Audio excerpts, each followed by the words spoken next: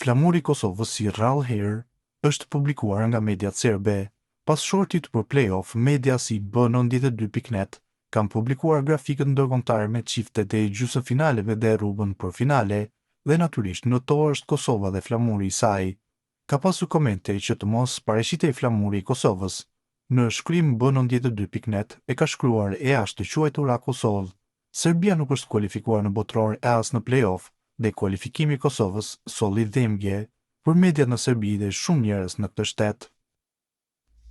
Kombëtarja shqiptare ka njohur rrugtimin e saj në play-off të botrorit 2026, ku në gjysmëfinale më 26 mars do të luajë kundër Polonisë në transfer dhe pastaj në finale e mundshme më 31 mars do të ndeshet si udhëtuese me fituesen e çiftit Ukrainë-Suedi, dhe kjo ka prodhuar një situatë shumë të çuditshme.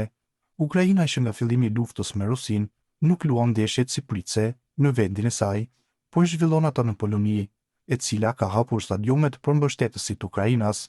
Nëse ajo nuk gjen një vend tjetër për të zhvilluar ndeshjet si pritse, krijohet një situatë paradoksale. Kjo pasi Ukraina do të jetë pritse ndaj Suedisë në Poloni, por edhe ndaj vetë Polonisë nëse shkon në finale, gjë që do të ishte praktikisht absurde. Ndaj Shqipërisë mund të jetë detyruar që të luajë të dyja ndeshjet e saj të muajit mars në Poloni, fillimisht ndaj vendasve, e të dytën ndaj Ukrainës, duke shpresuar që të jetë finalja e mundshme drejt botrorit, e jo miqësorja pa vlerë që FIFA detyron skuadrat hundse të luajnë me njëra tjetrën. Kapiteni i Slovakisë Milan Skriniar është prononcuar për websajtin zyrtar të kombëtarjes për shortin e hedhur në zyri të Zvicrës, i cili e vendosi Kosovën si kundërshtar të tyre. Ish futbollisti i nderit e vlerësoi shumë kampanjën kualifikuese të Kosovës, duke thënë se për ta do të jetë një kundërshtar mjaft i vështirë. Tutja i tha se shpreson që fakti se do të luajnë të ndeshje si vendas do të jetë një avantazh për të dhe shokët e skuadrës, duke u mbështetur në përkrahjen masovike të tifozëve. Nga të gjithë katër kundërshtarët ka qenë e vështirë të gjejmë një ekip me më pak kualitet, të gjithë janë ekipe të balancuar. Kosova ka bërë kualifikime të shkëlqyera dhe nuk do ta kemi të lehtë. Ambienti në shtëpi batryshim se do të jetë avantazh, me stadiumin në mbushur plot, ne do të japim 100% nga vetja dhe do të përjetojmë mbrëmje magjike bashkë me tifozët tanë. Do të shkojmë afër arritjes së synimit të madh që kemi. Shihemi në mars, ka deklaruar Skriniar. Më 26 mars, kombëtarja polake do të përballet me Shqipërinë në gjysmëfinalen e fazës eliminatore për të siguruar një vend në Kupën e Botës që do zhvillohet vitin e ardhshëm në SBA, Kanada dhe Meksik. Nëse fiton, do të përballet me të fituesin e ndeshjes Ukrainë-Suedi në finale për një vend në Kupën e Botës.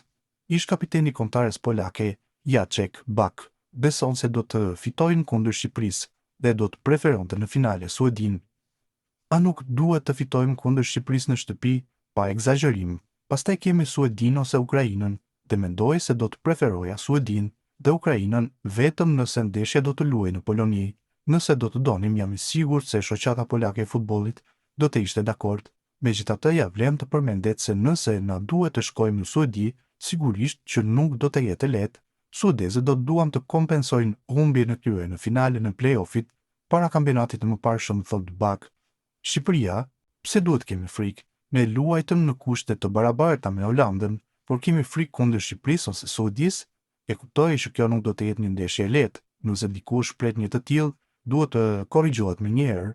Do të shtyjmë, do të luftojmë dhe do të vendosim kushte të vështira, por nuk mund ta imagjinoj që të mos fitojmë. Shqipëria të mos gënjejmë veten.